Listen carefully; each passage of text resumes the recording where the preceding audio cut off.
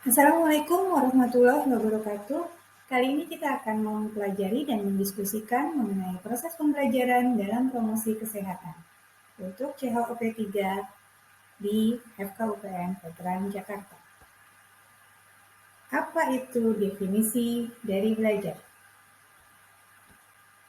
Menurut Gestalt, dasar dari pembelajaran adalah meningkatnya pengetahuan sesudah mengobservasi atau mengamati dari seluruh struktur dan juga menanggapi seluruh situasi itu yang kita sebut sebagai belajar.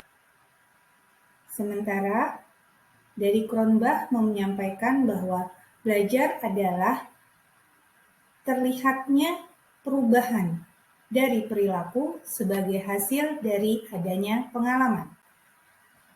Kingsley dan Gary menyampaikan bahwa belajar adalah proses di mana terjadi perubahan dari perilaku yang sudah melalui latihan atau praktek.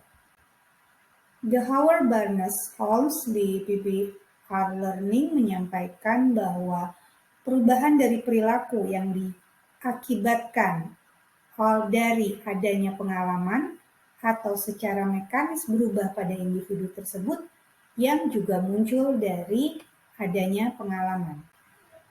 Proses belajar mencakup latihan dan pengalaman baru. Latihan adalah mengulang-ulang aktivitas tertentu sehingga menimbulkan otomatisasi, sementara pengalaman baru adalah belajar yang merupakan suatu usaha untuk memperoleh hal baru dalam tingkah laku.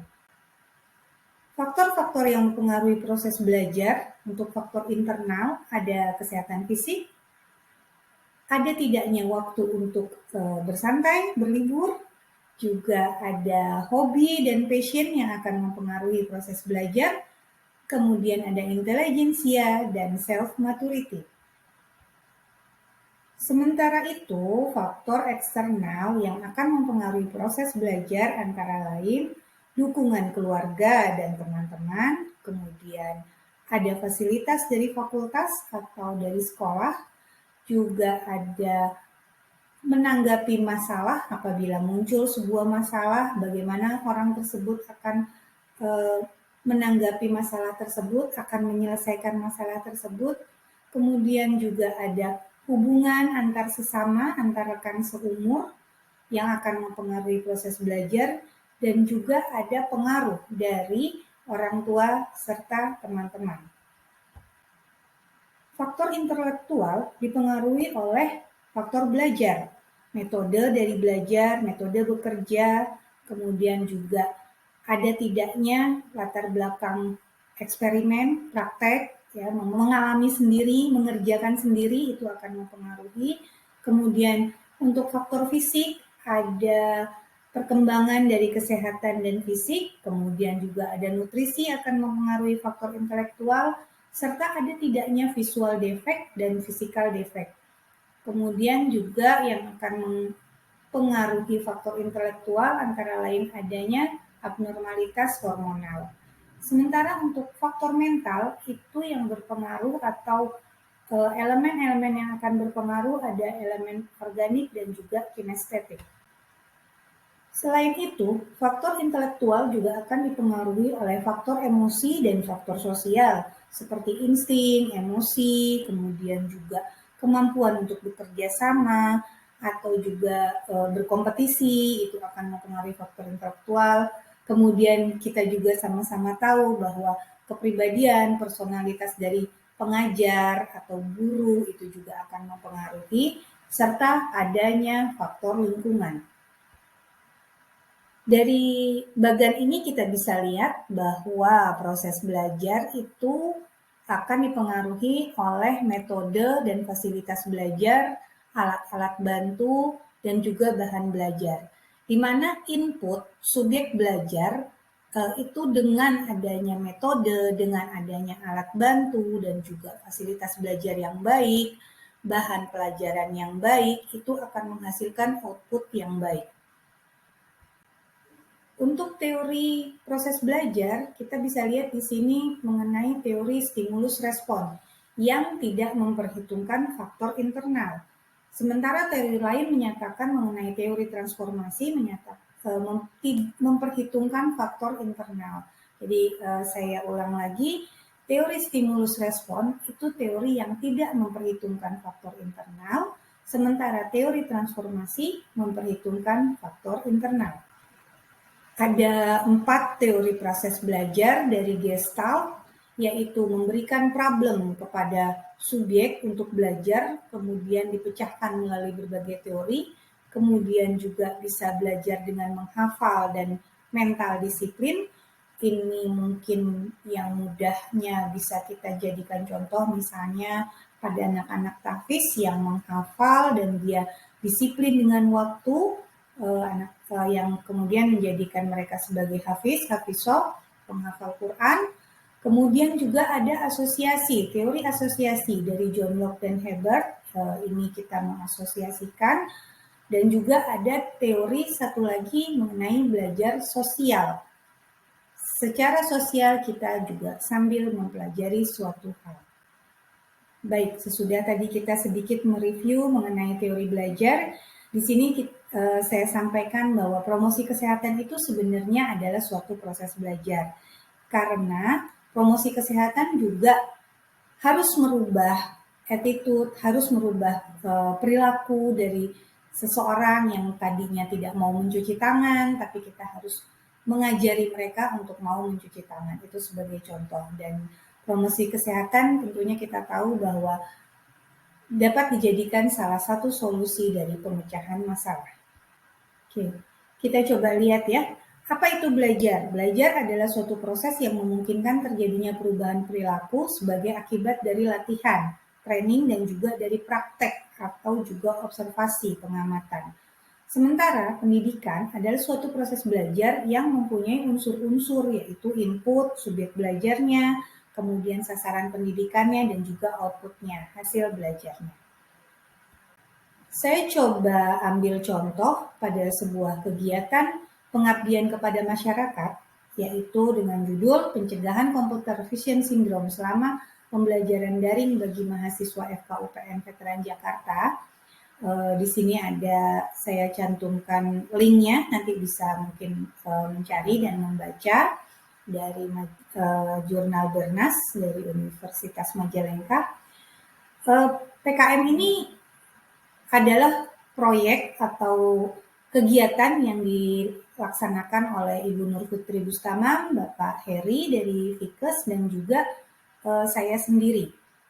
Pada kegiatan ini kami memberikan latihan untuk mahasiswa bagaimana cara mencegah computer vision syndrome dengan beberapa gerakan mata, dengan beberapa senam stretching untuk leher dan pundak, sampai juga dengan pinggang. Kemudian juga kami sampaikan mengenai teori-teori computer vision syndrome dan pencegahannya, seperti itu.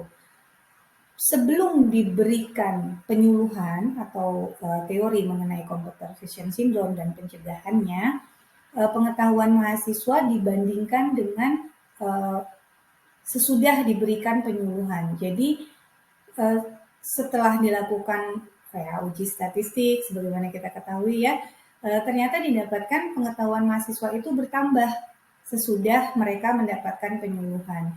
Dan beberapa mahasiswa yang mengalami gejala computer vision syndrome itu mengalami pengurangan gejala. Jadi sebelumnya dia mulai mungkin ada yang matanya kering, mulai nyeri leher atau sakit kepala, itu ternyata sesudah mereka mempraktekkan cara-cara mencegah computer vision syndrome, gejala-gejala tersebut dapat berkurang. Ya, itu mungkin nanti bisa kami lebih diseminasi, lebih sebarluaskan mengenai pencegahan computer vision syndrome ini.